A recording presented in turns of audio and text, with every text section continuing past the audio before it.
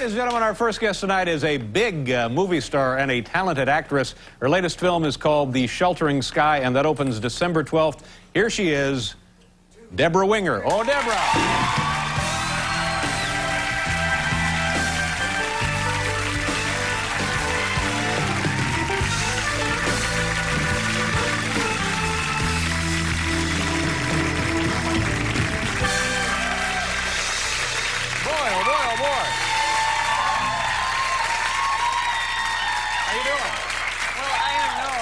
Big movie star stuff. It's just a little joke, but you are a big movie star. It's a little joke and about a fine actress. Well, thanks, Dave. Let me say something. Fine tie you have on.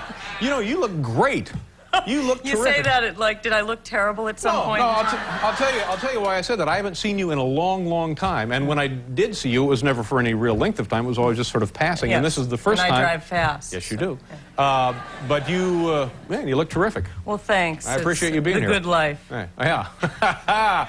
Now, you know, when we first went on the air a long, long time ago, we always thought it would be nice to have you as a guest on the show, and we really couldn't get you to be on the show. And why wouldn't you come on then, and why will you come on now? Well, actually, this is sort of a virgin experience, because I've never done a talk show before. Oh, really? So, yeah. But made me nervous. Could I say the word virgin? Yeah. Could I not? I didn't know. Well, but this is going to be the greatest experience of your life.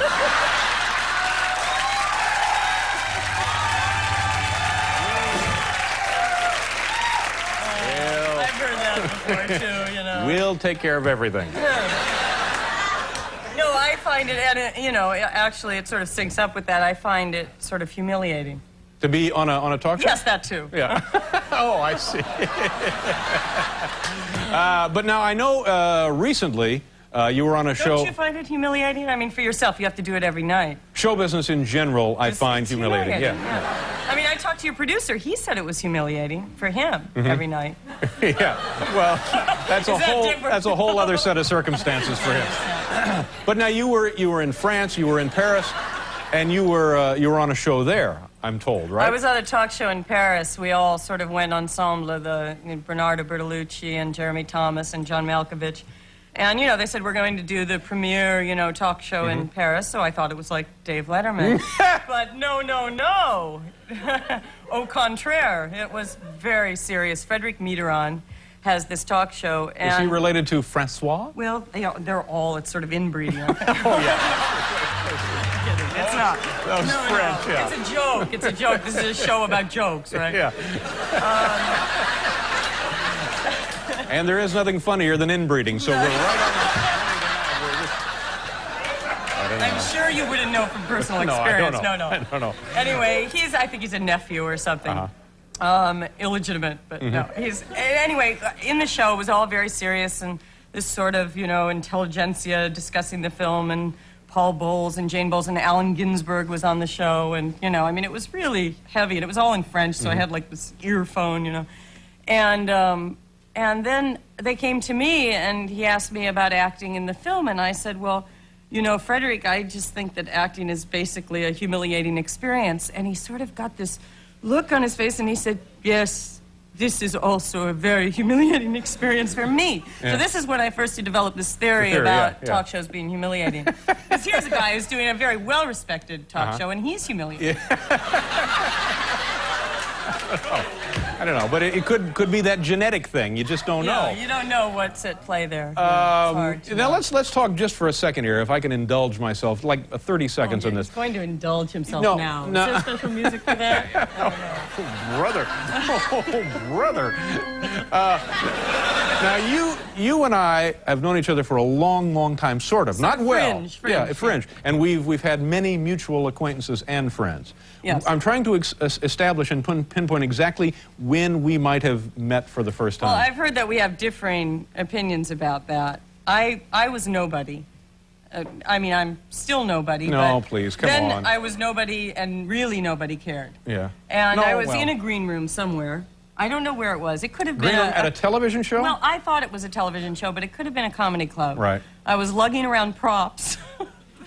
For a comic. And now, because, you know, we all... Who were you working Gary with? Mule Deer. Gary Mule Deer. Who works with a trash can of props. You're carrying props for Gary Mule Deer, You do what and you you call can. yourself a nobody? Well, that's not true.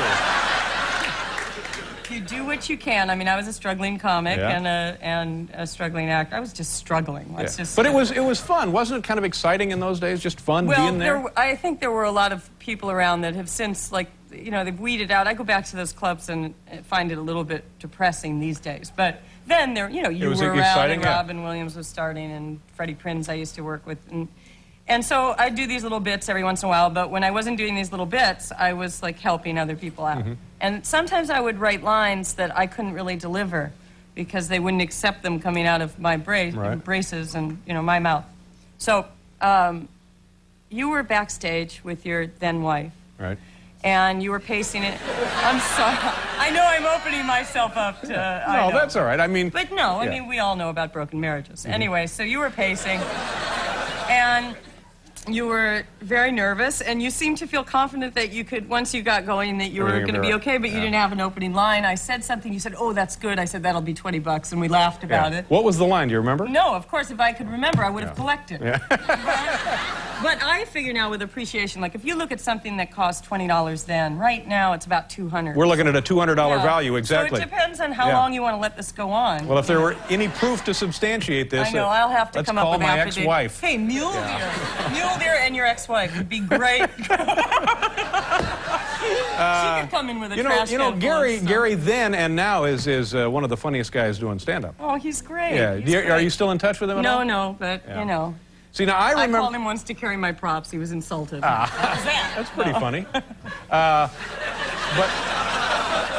I remember meeting you, I think, at this club in North Hollywood. I don't remember the television part of it. I worked the old at Showbiz. The Showbiz Club, Murray Langston and Freeman King. A dangerous place to be then. Very humiliating place. Yeah. But a lot of guys were there. Yeah, a lot of guys were there. That's probably why I was there. You know, I can't get over, you look just great. Thanks, that's me. Yeah, that's you. You know, on the other hand, let's look at Dave. Come on, yeah. For a minute. I know. No, you look very good tonight. Did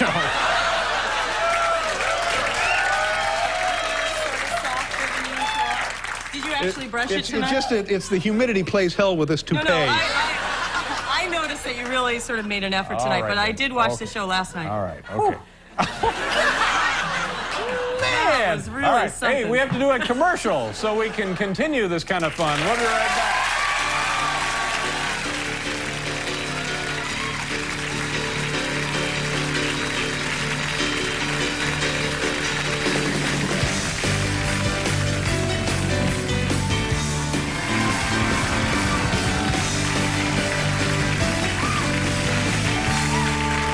Thank you, folks. Welcome back to the show. Debra Winger, she's young, she's personable. Tell me about this film. You guys were gone a long time in the desert, huh? Yeah, we were... Bernardo Bertolucci? Yes. Yeah. Bernardo. It was about 5 months. It was Morocco, Algeria, and Niger.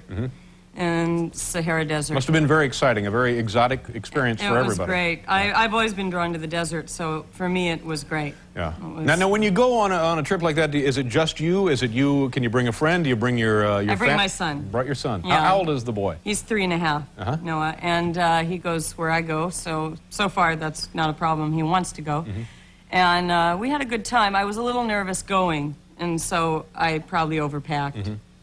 You don't need a lot in the desert. Now, what are the accommodations? Are you in a hotel there? Are you in a tent? Are you in a trailer? Well, let's say that they use all terms very loosely there. You know, hotel, schmotel.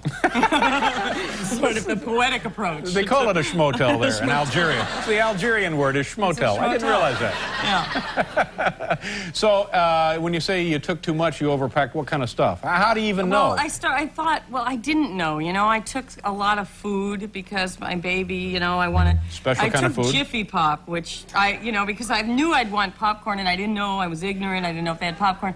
Actually, the Jiffy Pop ended up being really good because when I got to the desert and we were with this tribe called the Tuaregs that are wrapped, I got to say, watch this, it's going to get as big as your turban, you know, and that sort of went over really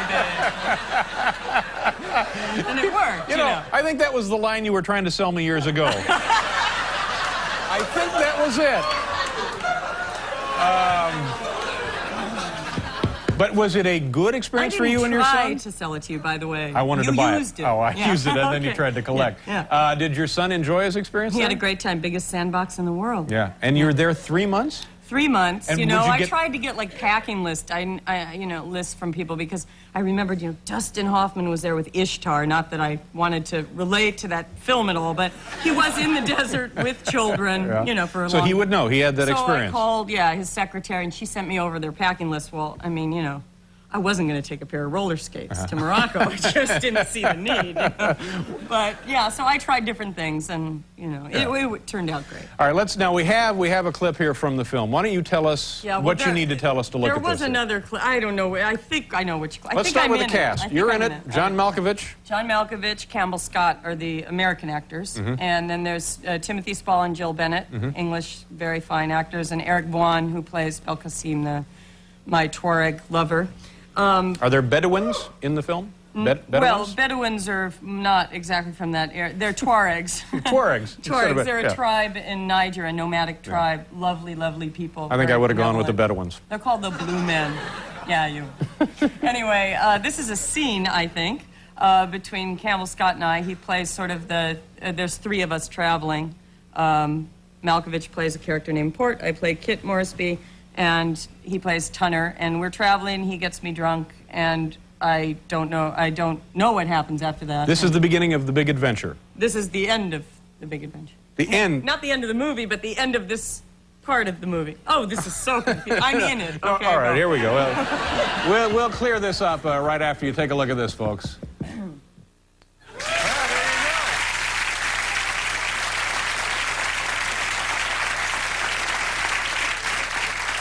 The Sheltering Sky opens December 12th. Now, where in the film does that come? That's early in? It's in the first third when we're sort of it starts with us arriving in Morocco, so the whole thing takes place there. But that's pretty early on. We're still sort of holding it together. It's about love that it's sort of for all time, even though it takes place in 1947, 49.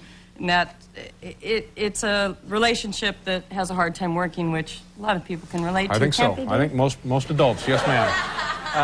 And are you pleased with how it came out? Yeah, I have a present for you. Should I give it to you now? Let me ask the producer of the show. Do we have time for a presentation of a present? No, we don't. Okay, I'm sorry, we don't. That's it? All right, wait a minute. Here, all right. Ask Dick Benjamin if I can have a minute of his time. Okay. All right, give us. These are very important. I've never done a talk show before, and I thought I should bring a little gift, and so I brought these for you. This is nice. A gift certificate from Barney's. Thank you very much.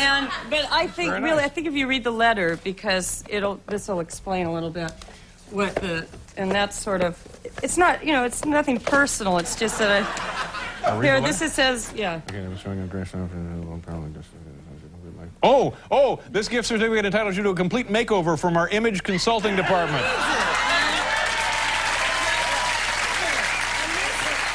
This also, I think you need to read exactly what you get for this. Oh, that's right. This bikini wax looks good. Facial, body massage, body treatment, manicure, pedicure, scalp treatment. Scalp treatment to stimulate hair follicles. Right. A shampoo and blow dry and lunch. Blow dry. That's what it said. A shampoo and blow dry and lunch. And lunch. Oh man. And it's from me. I feel like a schoolgirl. It's from me to you. Thank you very much. And I'll be there to help you. Well, by all means, then let's get this arranged right away. Debra Winger, ladies and gentlemen. We have to do.